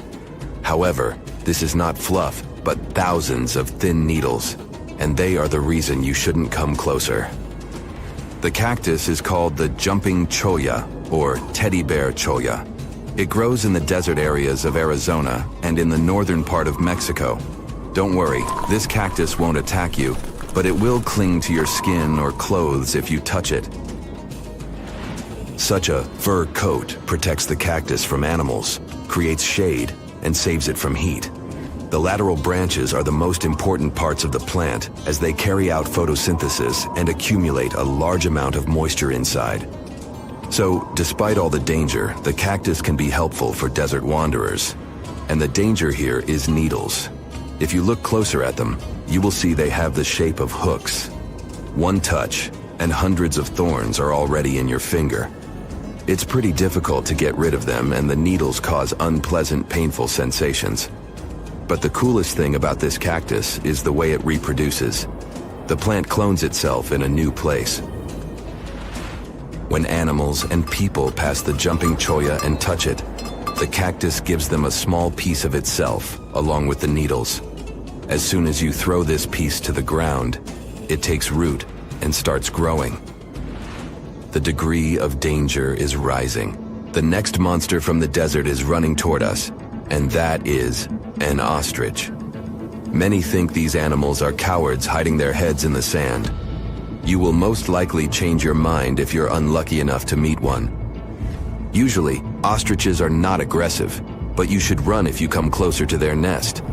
On the other hand, you won't be able to do that because ostriches move at a speed of 43 miles per hour. You need a car to get away from them. They run and hit their enemy with their chests. There have been cases when ostriches attacked vans and caused significant damage to them. But the main danger these birds present is their powerful legs with sharp claws. They can deliver strong blows with them and even beat a prone opponent. So yes, if you see an ostrich in the distance, go the other way. This small spotted lizard lives underground almost all the time in the arid deserts of the southwestern US and northwestern Mexico. Sometimes it goes outside to find lunch. It only seems cute, but in fact, it's a dangerous Gila monster. Its thick skin protects the reptile from hawks, coyotes, and other predators. But its main protection is its venom. Snakes and spiders inject their toxins using long, needle-like fangs. The Gila monster clamps down and chews the prey to spread the venom. And when it bites a person, it can keep its jaws closed for a long time. Getting rid of the animal is a tricky feat. People who have experienced the effects of the venom say it feels as if hot magma passes through the veins. Despite this, the lizard turned out to be useful for science. Doctors used its venom to create medicines for diabetes and obesity. The time has come. Now you're about to meet one of the creepiest creatures living in the desert. Be quiet and listen to the silence. Stand still. There's no one around. Suddenly, you hear some hissing coming from below. You lower your head and see it. A big yellow spider the size of a human palm with strong jaws and long legs hides in the shadow of your body. In horror, you run away from this monster, but it goes after you. It isn't easy to do it in this situation, but try to calm down. The creature isn't interested in you. It wants only your shadow to hide from the scorching sun. Anyway, it's better not to touch it. The powerful jaws of the camel spider can cause unpleasant sensations, to put it mildly. And, by the way, this creature isn't really a spider. Yeah, it belongs to the class of arachnids, but it's a separate species, Sulpagid. It likes to bite. It's fearless and pretty aggressive. The spider preys on insects, lizards, rodents, and small birds. It can also move at a speed of 10 miles per hour. For their small size, this is very fast. You need to be a professional athlete to run away from it. Most often, you can find camel spiders in the deserts of the Middle East, but they also live in Mexico and the southwestern US. These runners are nocturnal and try to avoid the sun during the day, so they are always hunting your shadow. By the way, They got their name because they often hide in the shadows of camels. You won't hide from them during the day, but they will also want to come after you at night, especially if you make a fire. Solpugids always run to the light in the hope of eating something. Some species of these spiders make a hissing sound to scare their enemies away. Now, let's calm down for a second and leave the hot desert. We're going into the humid tropics of Tanzania. Under tree bark, fallen leaves, and in dark caves, you can meet one of the most terrifying creatures on Earth, a tailless whip scorpion. Imagine a big scorpion without a tail, with a flat body that looks like it has been pressed by something. It's similar to spiders, but has no venom glands and can't spin a web. This monster is silent and fast, but the scariest thing is its 2 front claws, twice as long as the creature itself. Any prey it catches will never escape. Life in a dark cave has spoiled its eyesight, so the whip scorpion tries to avoid sunlight. During molting, it climbs up to the ceiling and slowly comes out of its old skin. Imagine directing your flashlight there and seeing small cocoons out of which pale spiders with excessively long legs crawl. If you really meet it, be calm and slowly go away as far as possible. Be careful. The flat scorpion can crawl under your clothes in a second and bite you in the stomach. And that's not the worst part. Okay, this is a joke. This pretty guy is one of the shyest and most harmless creatures among spiders and scorpions. It's afraid of you and will never attack. Many consider it beautiful and keep whip scorpions in glass terrariums. If you want such a pet, carefully watch it so that it doesn't run away from its house. If it happens, it will be pretty challenging to catch it again. In a matter of moments, it can get under your bed or go through gaps in the floor. Then it'll go to your neighbor's apartment through a ventilation system and scare people there. Okay, how about one more scorpion? It's not as creepy as the other creatures in this video, but it's the most venomous scorpion in the USA. This is the Arizona bark scorpion. The problem is that you can see it in the desert, in your home, or in the yard. These dangerous venomous beasts crawl into rooms and often sting people. One time is enough to cause pain, similar to a bee sting, but someone with an allergy may experience paralysis, breathing problems, and other health issues. Ah, a purple sunset. You must have seen one of those at least once in your life. Normally, it's nothing ominous and has to do with the way light travels. The light that the sun produces is white. When it goes through a prism, you see light waves of different colors, from red and orange to blue, green, and indigo. Light normally travels in a straight line if there's no obstacle in its way. The shorter light waves, including blues and purples, are scattered easier when they meet with those obstacles, like molecules and aerosols in the atmosphere. Because the sun is low on the horizon at sunset and sunrise, its light has to pass through more molecules that scatter the violet and blue light. The colors that your eyes pick up, then, are yellow, orange, and red. But, with the right conditions, you can see the gorgeous purple sky. Sometimes purple sky appears for much scarier reasons. It can be caused by hurricanes, wildfires, or dust storms.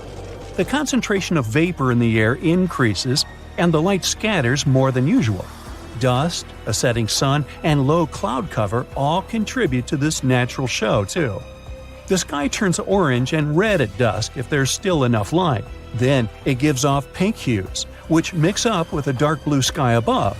Now, do you remember what happens when you mix pink and blue? You get the color purple.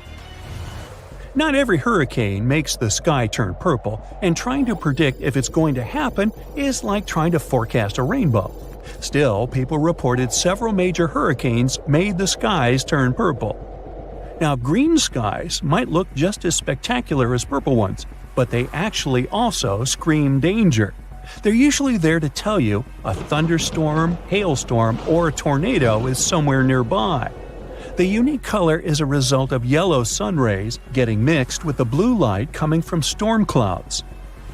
So you're enjoying a nice day by the ocean with a fresh breeze in your hair, when suddenly you notice the water starts retreating from the beach at a huge speed. This is a sign for you to start running as fast and far away from the beach as you can. This most likely means that a tsunami is on the way. A quick reaction maximizes your chances of survival. Now, if you notice the sea level is rising, but it doesn't seem too extreme, it could be another sign of an approaching tsunami. It happens in 40% of cases, and the incoming water is the first tsunami wave. The next one, way larger and more dangerous, usually follows in about 10 minutes. Another thing about tsunamis is that they like to arrive with some loud sounds. People describe them as thunder, the sound of a locomotive, a helicopter, or just a loud boom.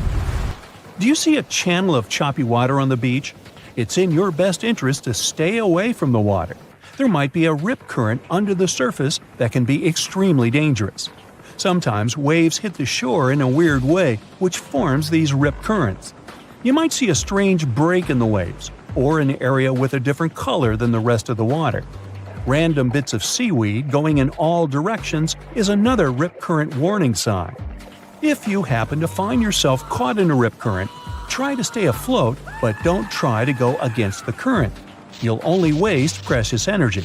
Scream for help and try to float your way along the beach. Once you break out of the current, swim diagonally to the shore. The next time you spot conically shaped clouds in the sky, remember it's a good time to start looking for some shelter. If it just stays like that, a severe storm is on the way. But if a cloud of that shape starts spinning around, it means it's about to transform into a tornado. If you have bees nearby, they can save you from big trouble one day. These hard-working little guys get more active than usual when they feel like a storm is on the way. They speed up to collect more nectar before it hits them, and once they're done with it, they'll always come back to the hive 10 to 15 minutes before heavy rain, even when there are no obvious signs of it coming. Their secret is super-sensitive hairs on the back that can pick up electrostatic buildups from storm clouds. For centuries, people have noticed that animals act weirdly a couple of days before big seismic events. Dogs can't start barking, cows halt their milk, and toads, rats, and snakes leave their homes. It looks like animals can feel smaller initial shock waves that humans don't even notice. Scientists have tried to find some legit explanation for it and run endless tests and experiments. But so far, they're still on their way to explaining this mystery. Can you smell ozone in the air? When a thunderstorm is on the way, it's the most distinct and pungent smell you can pick up. An electrical charge of lightning sets it free from higher altitudes. The other, more pleasant smell of rain is petrichor. Rainwater wakes up molecules on plants, trees, concrete, and asphalt. Their aroma spreads all over the place. You can even feel that smell in your own mouth. All those positive ions in the air that a lightning bolt sets free gets mixed with ozone and your saliva, and that's how you get that bitter metallic taste. When lightning is about to strike, you might hear bizarre crackling, buzzing, or vibrating sounds coming from metal objects nearby. Your palms may begin to sweat, and then you can feel your hair stand on end. That's a clear call for action, and that action is to run for your life. Positive charges are going through your body trying to reach toward the negatively charged part of the storm. Trust me, you don't want these charges to meet. If you see no shelter that you can reach fast, try to make yourself smaller than the objects around you. Drop down your umbrella and stay away from wire fences, metal pipes, rails, and other metallic objects. And don't lie flat on the ground, it's likely wet, which means it's a great conductor of electricity. If you suddenly notice crevices in the asphalt next to your house, it could be a sinkhole warning sign. Inspect your house on the inside. Does that door begin to jam? Or maybe there's a gap where the walls meet the ceiling. Uneven kitchen cabinets and drawers, slanted floors, stairs that begin to slope, water leaking after every rain, and displaced moldings are all signs that a sinkhole is about to open. To find out if it's definitely a sinkhole and how dangerous it is, you gotta consult with an engineering company. If you find a sinkhole that's already there, you gotta stay away from the sinkhole area. Fence or rope it off to make it less dangerous for others. You'll need professional help to fix it. Some volcanoes scream when they're about to erupt. Small earthquakes, which often happen before, produce a hum. It's mostly non-audible to human ears, but sometimes it reaches a frequency that lets you hear it as a strange rumbling or hissing sound coming from the ground. This noise is known as a harmonic tremor. With some volcanoes, it's the sound of magma bubbles vibrating when they're going through crevices in the crust of the earth. But it's not always like this. If scientists manage to understand what exactly causes these volcanic streams, they could create a limited early warning system for volcanic eruptions. If you're out in the wild, pay attention to the water in creeks, streams, and rivers. If its level is quickly falling, even if it's raining, this might be a sign of a nearing landslide. And if you hear a faint rumbling noise or unusual sounds, like boulders knocking together, it could mean debris is on its way to you. It's a sign to head to safety immediately, like right now.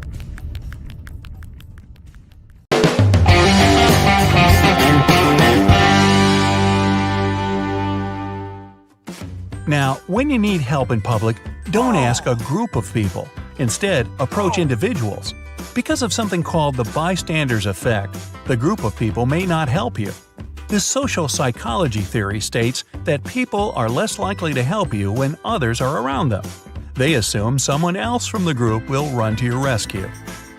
If you're driving in the city or another area with a grid-like design and think you're being followed, turn right or left 4 times. You'll end up at the same place you were before, and if the car behind you does too, you're probably being followed. Don't go home and try to lose them. If you're outdoors while a storm is approaching and your hair stands up, find shelter immediately. Static in your hair means positive charges are rising through your body, reaching toward the storm's negative charges. You're likely to be struck by lightning. If a shelter isn't available, squat low on the ground on the balls of your feet, put your hands on your knees and your head between them. Making yourself as small as possible will minimize the contact with the ground and the damage from the lightning. Always carry a small mirror with you while traveling in isolated areas. It'll come in handy if you get lost. If you're stranded in the desert and a plane flies overhead, point the mirror toward it to reflect the light. If you don't have a mirror, signal planes overhead by waving both your arms up and down. If you're stranded somewhere in your car, don't abandon it. It's more challenging for rescuers to spot you without your vehicle. Unlike what's shown on TV, when someone's about to drown, they won't wave or cry out. They'll have their head tilted back, submerged in water. They'll attempt to keep their mouth above the surface by using their arms. When you see someone looking like they're floating or bobbing, trying to get their head out of the water by trying to climb onto the surface of the water, they need help. If you can't swim and you've fallen in deep water, don't panic. Hold your breath and let yourself bob up to the surface. Keep your back and legs straight. Try performing little kicks to bring your body back to the surface. If you're trying to save someone who can't swim, never approach them directly. They'll likely bring you down in their panic. Sneak up on them from behind, slip your arm across their chest, and make sure their hands aren't facing you. If they grab you, they can pull you under. Try to swim below them, come back a bit further away, and try to help them again. If you come across a grizzly bear, it's not your day. Now, don't run and don't make eye contact. Slowly walk away if it isn't close to you. But if it's charging, stand still, you can't outrun it. Speak in a clear, monotone voice and don't scream. Now, prior to this, you might want to research to see if there are grizzly bears where you're traveling and take pepper or bear spray with you. If a bear is within 25 feet of you, then use the spray. If it attacks you, curl up in a ball and lie on the ground. Stay quiet, don't move or panic till it goes away. Now, if a polar bear is chasing, but it's far away, start dropping clothing items, a hat, scarf, or a shirt, and run away. Polar bears have short attention spans, and they may stop to sniff your clothing. This will give you time to head to safety. By the way, if both of these bear encounters happen to you, then please remind me not to go on vacation with you. Moving on. If someone is choking, but they're coughing, don't intervene. Coughing means air can get both in and out. and they've got a partial obstruction in their airway. By helping, you could cause a backflow of air, which could either force out the hazard or dislodge the blockage and cause a full block. Just let them cough it out. Only help when they can't breathe or cough. When caught in a strong rip current, never swim against it. You'll tire yourself and it won't end well. Swim parallel to the shore fast, but stay calm and comfortable. Even if you get further out, you'll eventually escape the current and can head back to shore. Thumbs are the weakest part of someone's grip. If someone pulls you by the wrist, don't twist your arms in their hand. Try to push away, starting right where their thumbs are. Notify your State Department if you're going abroad. In the US and some other Western countries, you can tell the Department of State that you're going overseas. In the event of a natural disaster or a political conflict, they'll know that you need to be evacuated. They'll also update you on things that happen in the country you're visiting to protect you from trouble. If you find yourself in a stampede of people, you're in trouble as soon as you fall. Don't curl up in a ball and wait for it to be over. This can cause more damage. Try to grab someone's leg as they run past you to help yourself up and keep going. Sometimes, camping trips end with people lost. If you're in such a situation and trying to walk out of the camping site, take burned coal or wood sticks with you. Use them to draw messages on trees, rocks, or logs. The markings will stay there for weeks, and it'll be easier for the rescue party to trace you. Always carry a needle in your first aid kit. If you're lost, you can make a compass with one. You first need to magnetize the needle by rubbing the eye against hair, fur, or silk around 100 times. Fill a container with water, place a leaf on the water surface, and rest your needle on the leaf. It should start pointing north to south. When calling emergency services, first tell them your exact location and then the problem. Even if you get cut off, they'll know where to send the police or an ambulance. If you have a fishy smell in your home, call a licensed electrician immediately. It can come from overheated plastic and electrical components that can cause an electrical fire. It might be from an outlet, a switch, an electrical breaker, or something else, like the fish you're baking in the oven. If a snake bites you, there are a few ways to tell if it was venomous. You can ask. It probably won't tell you. Venomous snakes usually have multiple colors and cat-like pupils. Look at the bite area. If there are 2 deep puncture wounds, you were most likely attacked by a venomous snake. If the bite mark has tiny sharp teeth in a U-shape, it was probably non-venomous. Whatever the case, call emergency services and snap a picture of the snake if you can. Using your mouth to pull the venom out is even more dangerous. You've got more chances of getting poisoned than removing the toxin from your body.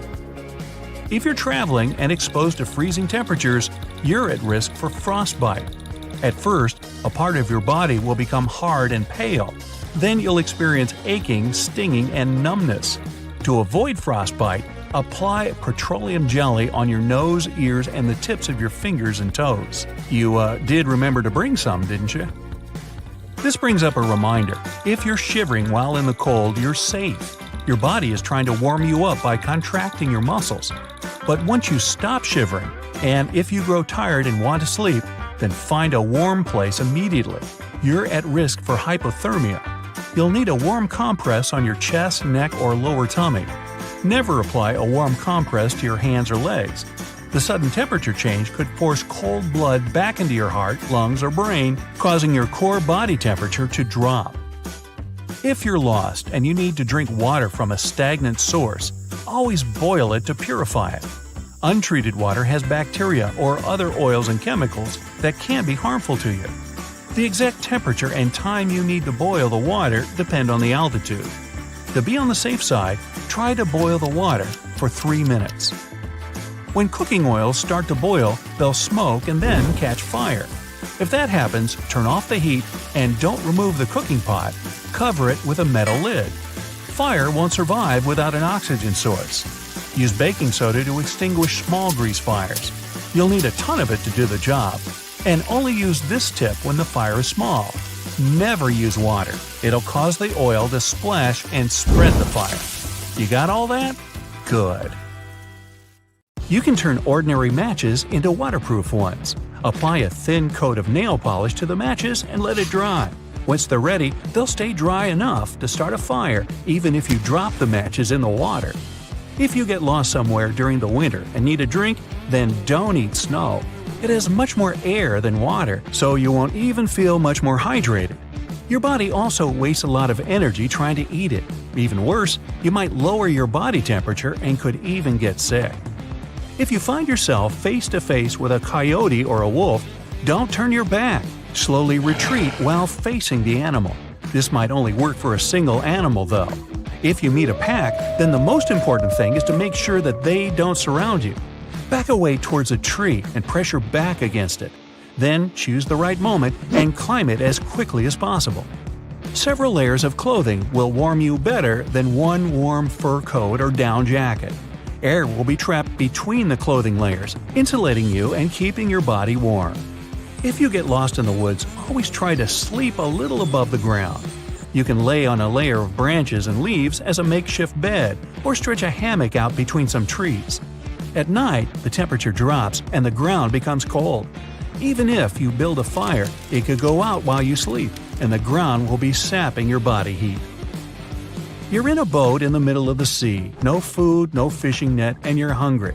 It was supposed to be only a 3-hour tour.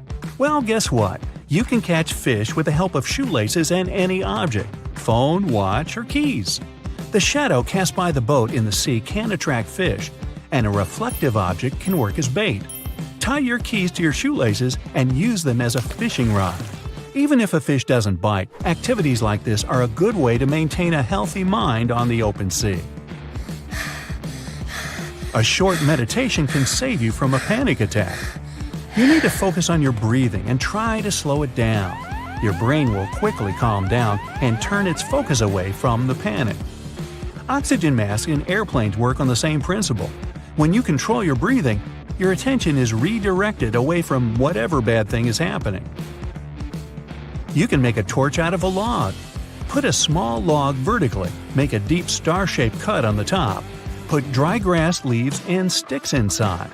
Once you're done, set fire to the log and watch it burn for up to 3 hours. This should work the same regardless of the size and type of wood. Now, if you meet an angry grizzly bear, never try to run away because the bear can easily outrun you. Instead, lie down and don't move. Grizzlies only usually attack when they see a threat, so they'll often leave you alone if you show them that you won't cause them any problems. This only works with grizzly bears though. If a confrontation is unavoidable, back away slowly and use bear spray. If you don't have any, pepper spray will work similarly and should disorient the bear and scare it away. Or not. Don't eat berries or mushrooms in the forest if you don't know exactly what they are. They could be poisonous. If you have no other option, eat the inner bark of maples, birches, and pines to fill your stomach. Use a knife to cut away the rough outer bark and get to the softer white stuff. You can boil it to make it even softer, or cook it over an open fire to make a crunchy snack. And if you're really starving, you can look for ants. They might not be the most appetizing, but they're pretty nutritious. If you don't have a watch, you can use your fingers to find out how much time is left until sunset. Raise your hand so the inside of your palm is facing you. Your fingers should be between the sun and the horizon line. See how many fingers can fit in this space. The thickness of one finger equals about 15 minutes, so you can calculate the time left before sunset. If you're lost and need to build a fire to attract attention, throw in a lot of pine, cedar branches, cones, and any unnecessary rubber objects. Your fire will emit more black smoke, which makes it visible from afar. If you have no water in the desert but have some food, try to avoid eating for as long as you can. The more you eat, the more thirsty you'll get. The body needs liquid to digest food, so it'll use up what little you have. A person can live much longer without food than without water, so don't be afraid to stay hungry. Hey, you found a huge puddle of dirty water in the forest. If you're desperate for a drink, you can fill your bottle and filter it into drinking water. To clean it, make a rope of gauze or clothing. Put one end into the dirty bottle and the other one into the empty one. Before long, the clean water will flow into the empty bottle through the rope, while the impurities are left behind. Before hiking, replace your regular shoelaces with paracord shoelaces. If you don't have enough rope, these laces can give you a few extra feet in a pinch. If you're lost in the forest and have nothing to warm you, then take dry leaves and grass from the ground and put it between 2 layers of clothing. This will help you stay warm for a long time. When you're lost in the desert, try to move as little as possible during the day. Find a shadow or create it from improvised materials and sit in the shade until dark. At night, you'll spend much less energy and use up less fluid while you walk. This will help you to avoid the risk of a heat stroke. If you fall through some ice, don't try to get out like you would in a pool. If you put your hands on the ice and try to push yourself out with your arms, it could crack and make you fall back into the water. You need to stretch your arms parallel to the ice surface and stretch your legs way back so they float in the water. In this horizontal position, start waving your legs as if you're swimming. Move your arms carefully without putting too much weight on the ice, and you should be able to escape. If you need to build a fire while it's too windy, here's what to do. Dig 2 holes next to each other and create a small underground tunnel between them. Make a fire in one of the pits. The wind can't extinguish it, and the fire gets its air through the second pit. This method is also useful if you need to build a fire without drawing attention. In the dark, this kind of fire won't be visible. Don't throw away or pop bubble wrap. Take it on a hike with you. It will protect you from the cold better than even a thick blanket would. Those tiny air bubbles are perfect insulation. Just put it in between layers of clothing and it'll stop any warmth from escaping. The plastic it's made of is also waterproof, so it can stop you from getting wet too. Swimming in the sea not far from the shore, you can easily get swept up in rip currents. If this happens, the most important thing to remember is not to swim against the current. This will only waste your strength and sap your energy, and you're unlikely to ever overpower an ocean current. Instead, try to swim sideways along the shore. Sooner or later, you should get out of the current, and then you can safely swim to the beach. If you're stuck in a falling elevator, don't try to jump at the moment of collision. Don't take a sitting position or stand either. You need to lie on the floor, facing the ceiling. Spread your legs as wide as possible, cover your face with one hand, and put the other hand behind your head for protection. You reduce the pressure on your body in this position when you fall.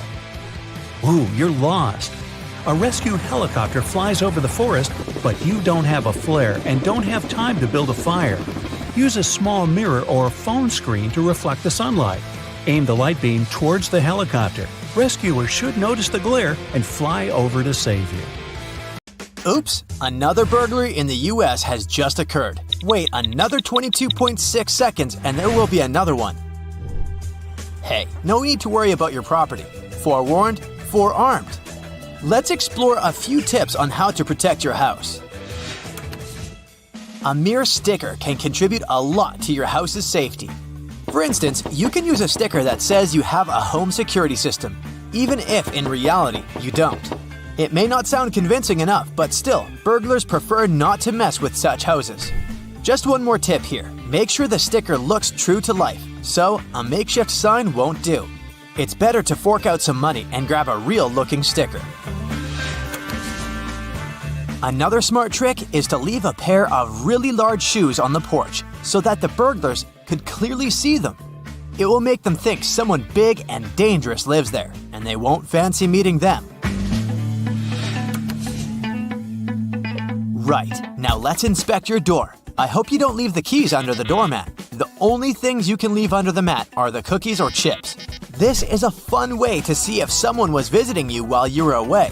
However, the trick doesn't give you a 100% guarantee. It might be a mailman, a delivery guy who got the wrong door, or even a random dog hanging around your porch.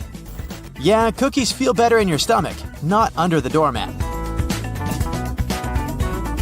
Okay, you're back home from work. It was a tough day and you're tired. You leave the keys in the keyhole and completely forget about it. Right, the main thing is that you've locked the door and the keys are inside. But who said there is no burglar in the bushes targeting your house? Technically, it might be impossible to insert a dupe and get in if there's a key in the keyhole, but these guys are well equipped and have a whole assortment of hooks to lure the key out. You know what happens next? They can seep into your house as silently as ninjas and grab all your valuables while you're peacefully sleeping. A lock that can only be closed from the inside and can't be opened from the outside seems like a good solution. When moving to a new place, even if you didn't buy it but rent it, make sure to change the locks. Who knows how many copies of those keys there are? As for renting, you never know who lived there before you moved in. Also, if for some reason you accidentally left your keys in the front door for some time, the best thing to do is to change the lock. Yeah, probably nothing bad will happen, but still, it's better to play it safe. Plus, not only should you stop leaving the keys in the door, but you also shouldn't leave them on display. Maybe it's better to bring the keys to the living room instead of keeping them near the front door. Sometimes, burglars can use not only your door, but your window too.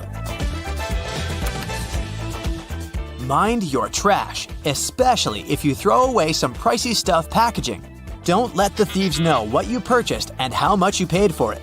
Also, your trash may contain some essential information about your personal data, credit card details, and so much more. Keep an eye on your mailbox. Make sure you have a lock on it. Thing is, burglars may be quite interested in your mail contents, so the secret is simple. Keep the mailbox locked and make sure you shred any personal data-related papers. Now let's inspect your front lawn. Hey, I can see something compromising. I'm talking about these large bushes. Yeah, I know you don't have time to trim them. The larger they get, the more space there is for the burglars to hide. Plus, if someone sees untrimmed shrubs and trees in the front yard, they might think nobody's home. You see the point, right? Okay, let's say you ignored all the previous tips and burglars broke into your house. The most interesting thing for them is surely cash. If you don't have any cash at home, you can skip this tip. But if you have valuables, get creative. Cash can be stuffed into a plastic bag and hidden in a large container with some leftovers. Also, you can place that plastic bag into an old detergent bottle you keep in the storeroom or the kitchen. Burglars aren't likely to look for your stash there. A couple of don'ts here. Hiding cash or jewels in a prescription pills container isn't that smart. And yeah, a freezer isn't the best option either. Many burglars like to check it in the first place. Time to see if you keep your keys right. If you keep your car and house keys together, you might want to reconsider it. First off, imagine you lose them and burglars somehow know where you live. Not only will they grab what they want, but they'll also have a vehicle to transport all your hard-earned belongings. Keep an eye on your garage keys, especially if it's possible to sneak into your house through your garage. Even if it isn't, who said there are no valuables in the garage? However, there are no limits whatsoever for burglars. They can sneak into houses even through small windows. The reason why they prefer doors is that it's the safest way, while squeezing through the window can get scratches, and it's not that they don't want to spoil their looks. The thing is, if they leave their DNA, they can be traced. However, crooks are careful about not leaving their traces. For instance, a report from England claims only about 3% of burglars leave forensic evidence. To protect yourself at night, there are several options. Number 1, insert a large paperclip or a bobby pin inside the keyhole. You can use a spare pair of keys if you have them. This way, you'll make it extremely hard, if not impossible, for the burglars to use the key dupes. Number 2, barricading is an option. It can be a heavy chair, a bookshelf, you name it. I mean, why not if it makes you feel safe?